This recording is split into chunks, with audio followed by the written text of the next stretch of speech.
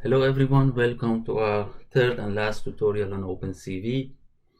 So far we talked about how to import images, read images, write them onto file, and we also did some basic segmentation using thresholds, and we found the threshold by analyzing a histogram of an image.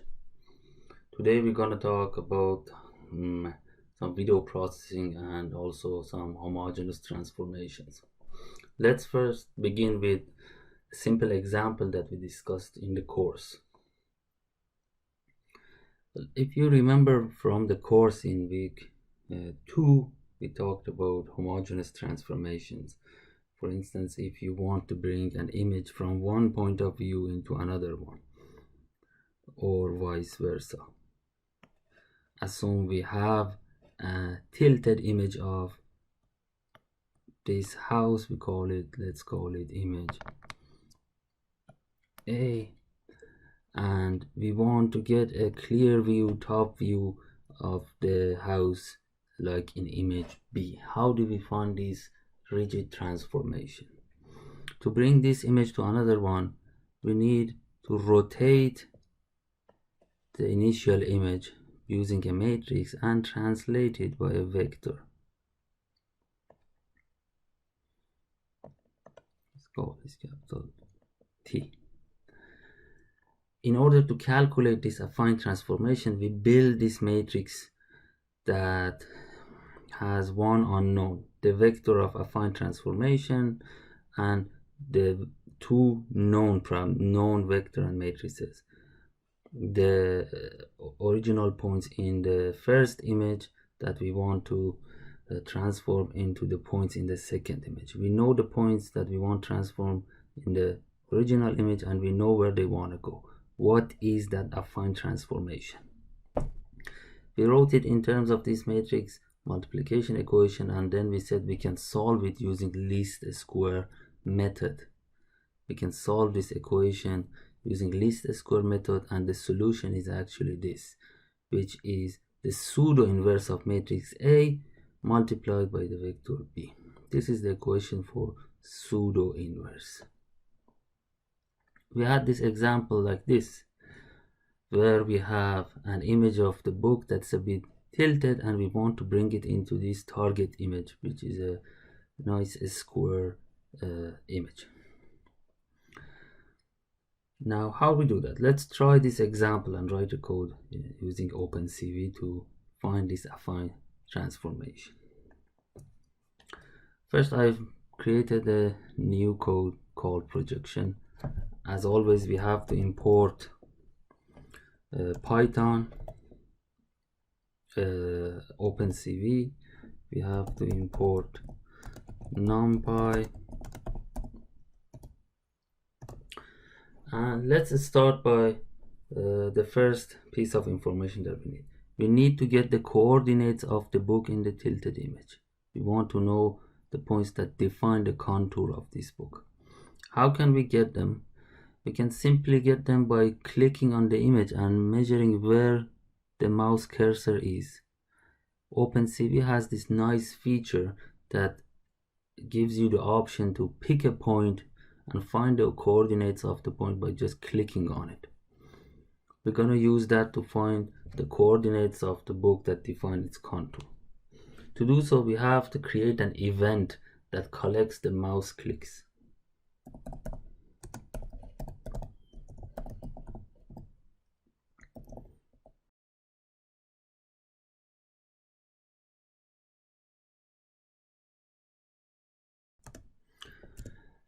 I create a function that will record the mouse clicks. We use this function called CV2 event, which records any events by using a certain trigger. And we're using the left button of the mouse. There are other options. If you look at here, you can use Alt key, Control key, or different buttons to record an event. We're going to use the mouse click point. You can also pass some flags and parameters to this function, which we don't use. Then I have made the xi and yi variables global, so I can record the position of the mouse cursor whenever I click. I have to give these an initial value. So this function gives me the option to record the position by clicking on an image. Now all I have to do is plot this image 4 times and then click on it 4 times to record the position of edges of this book. I need to import this image first using imread command.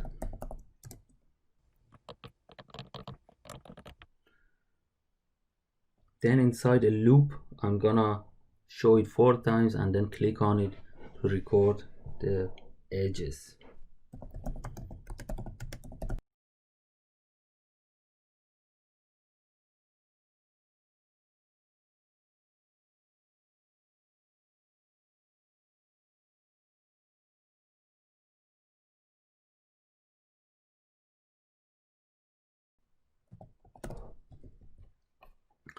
So what did I do? First, I created an NP array that can we can place the position of the 4 points inside of it.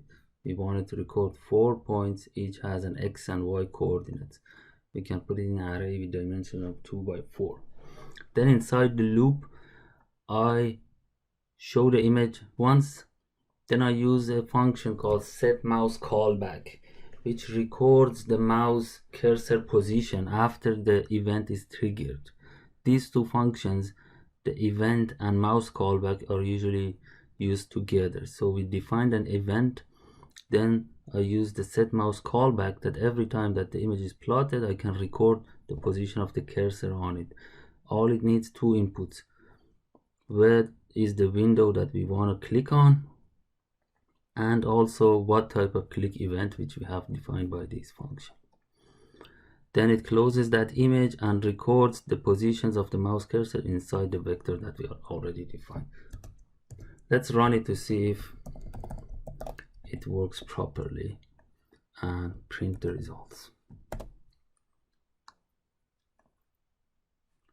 So 1 point, 2, 3, 4. So recorded the position of 4 points, xy, xy for the second, third, and last.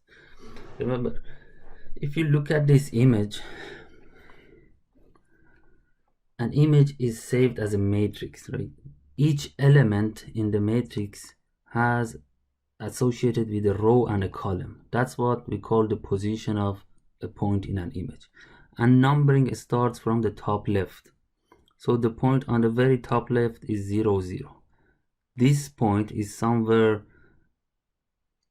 around, in x directions around 380 and y directions around 50. So the position of the first point, you can see 368 by 32. The second point is x is around 500 and its y is around 100. This. So it's important to notice what is this position mean.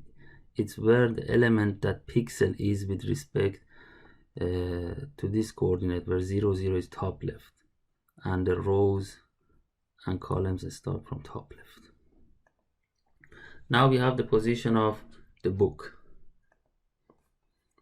In our algorithm, this would give us this vector b, the position of the edges in the tilted image. Now we need the positions in an actual the straight image from top view that we wanted. Where are they? We wanted the target to be like this. We defined it ourselves. So these points are on 1 and 1, this top. Remember, numbering starts from the top left. This point is 1 and 1. This point is 181. This point is 180 and 250. This point is 1, 250. These are the desired targets. We pass them to our code using a vector that we define.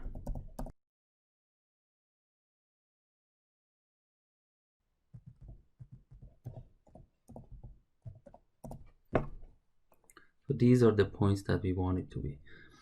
Remember, order of these points matter. So if the first point that you select on the book is here, then you want it to be here in the second image.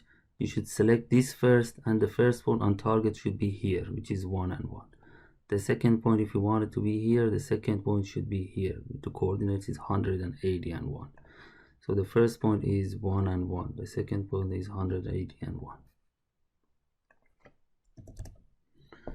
Now that we have all our known parameters, we can calculate this transformation. We can build the vector B and matrix A using the points that we have, then solve the least square problem using this equation to find a affine transformation. Let's do that.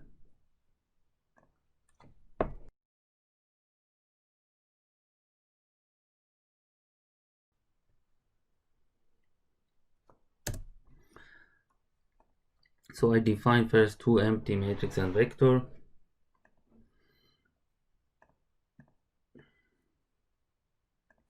Matrix A and vector B. Vector B has the dimensions 8 by 1. We have 4 points selected on the book. Each has xy coordinates, so 8 points, 8 elements. Matrix A should be this specific format. It has 8 rows and 6 columns. So first we created these as empty arrays. Then we put the coordinates that we had recorded for the tilted image and target image inside A and B. Now all we have to do is solve the least square problem to get the affine transformation, which was defined by pseudo inverse of A times vector B. You can define the pseudo inverse using this command, using this definition, which is A transpose times A inverse times A transpose, or use the built-in function inside NumPy, which calculates the pseudo inverse using this command. Then multiplying it by B, we get the affine transformation. Now that we have our solution, we need to apply it to the tilted image to bring all the pixels to the actual target that we wanted. First, I define a target image.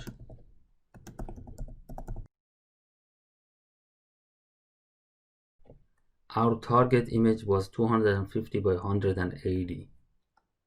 This is 250 pixels by 180. And it is a colored image. We want it to be colored, so it's actually 3 of those stacked together. So the actual dimensions are given by this. And it should be unsigned integer if we want to define it as an image. Any other data type won't work. Now all we have to do is apply the affine transformation to the coordinates of the tilted book and put it inside this image.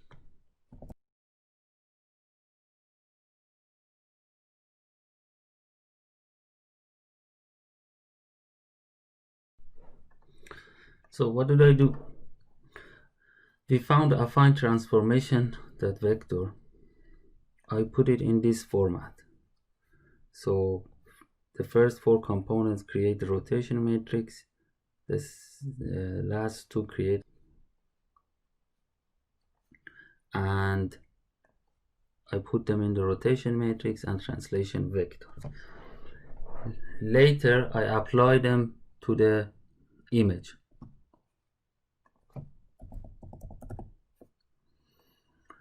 For every pixel in the target, which should be around 0 from 0 to 180 to 0 from to 250, for every point in our target, I apply the rotation and translation to find the corresponding point in the book image by multiplying rotation matrix by x and y position of it plus the translation. Obviously this output would not be integer. It could have some decimal points. So I turn it into integer, basically round it up to get a number. This would be the position of that specific pixel inside my tilted image.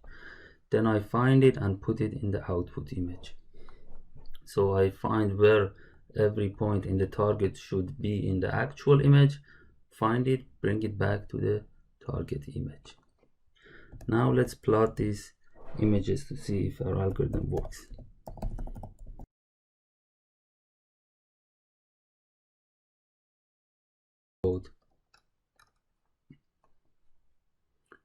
I pick this corner first, this corner, this corner, and this corner.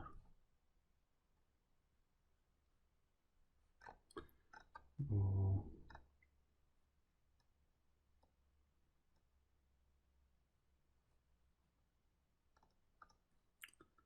Sorry, this should have been mp dot. This corner,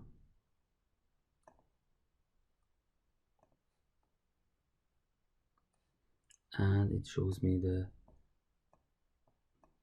projected image on my target space. Now, as I said, the order of the points does matter. If I select this one first, then this one, then this one in the wrong order, it doesn't find a affine transformation. This shows that the data that you use does matter. It should be proper, and the order of which point assigned it to what point matters. Now I suggest you try practice writing this code at home. That would give you a good insight on how rotation matrices work and how you can find affine projections to bring an image from one view to another view. These concepts are used a lot in image processing.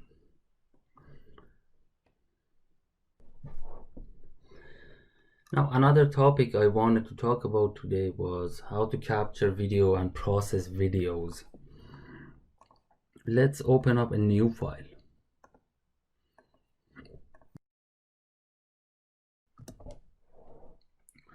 The main command to record videos is the first step actually is to connect your webcam or any camera that you have to this environment in a Python. And there is one simple command is for that is called video capture. So I will create a video capture object using this command cv2 video capture. Now video capture gets one input from you, and this is the number that the webcam that you want to use. You might have several cameras or webcams connected to your system. That starts from 0, then 1, then 2. If you have only one by default, you can also type in -1. I have multiple cameras. I select the front camera of my computer, which is first one, number 0. This code creates a video capture object that connects my computer to that connects this part of code to the webcam. Now, a webcam gives you a stream of images. For instance, if your camera is running at 30 frames per second, you will get 30 images every second. Then you have to run a loop to record these images constantly. That's what we're gonna do now.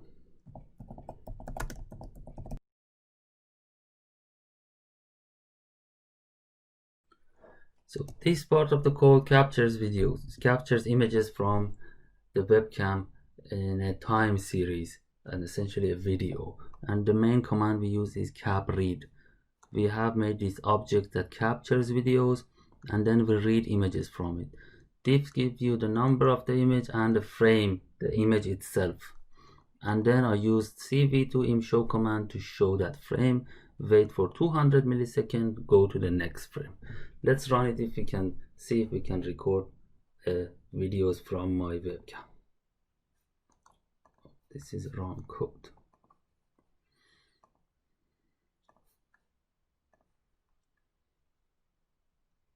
So this is the videos I'm getting from my front camera, and it's running at 200 seconds. Every 200 milliseconds it gets an image and shows it, and then you see it as a stream, like a video. Obviously it's a while loop that running constantly. I can't stop it now unless I stop the whole code. To avoid that problem, we can create a key that would exit the loop whenever we press a key. So I added this part to the block to this code. So whenever I press the key S, it will close all windows and exit the loop. Let's try again. Now I'm having the videos. I can press the key and stop it. So this is very straightforward to capture images from webcams and record videos. We have talked about how you can save image to the file, so you can constantly save these images and record your videos. Let's try one last thing. So far we talked about how to get images, how to record videos, and how to threshold objects. Let's see if we can run a video and then use our thresholding technique to detect an object in the videos.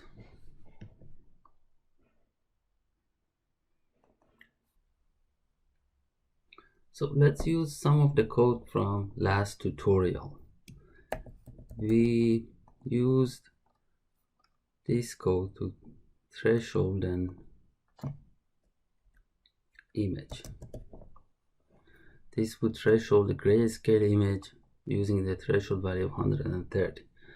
The video frame we're getting is colored, and let's say we want to detect an object that has shades of blue in it in the video. Let's see if we can do that.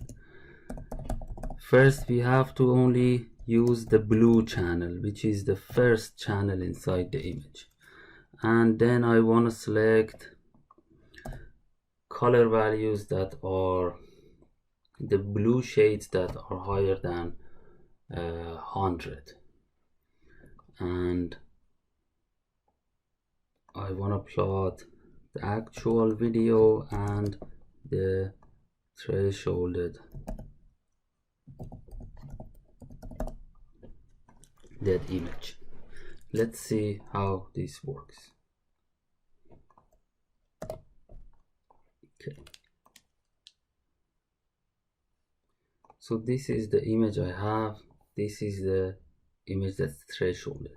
If you see in the image, the parts of the image that are white, relatively light, are segmented and are kept as pure white. The rest are black.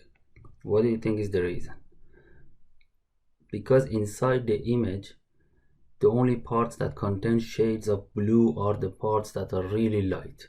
When there is almost white space, it contains both all shades of red, green, and blue. So definitely there is blue in it. But for instance, in my t-shirt, which is pure black, there is no shade of blue, so it's segmented as dark. Let's try something. Let me turn off the let me take a piece of plastic that I have that is blue. You can see in the image it's segmented as pure white.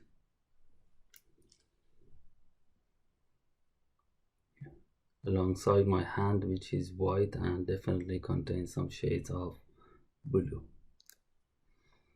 Now let me turn off the light and try running the code. Now everywhere is dark. There is barely any shades of blue, so we need to reduce the threshold. So if there is any blue, we want to find it.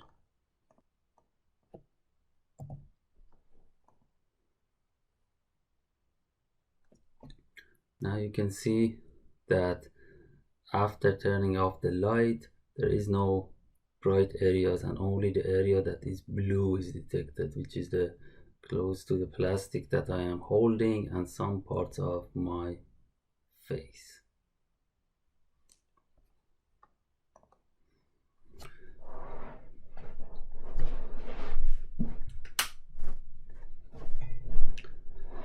So that concludes our tutorial.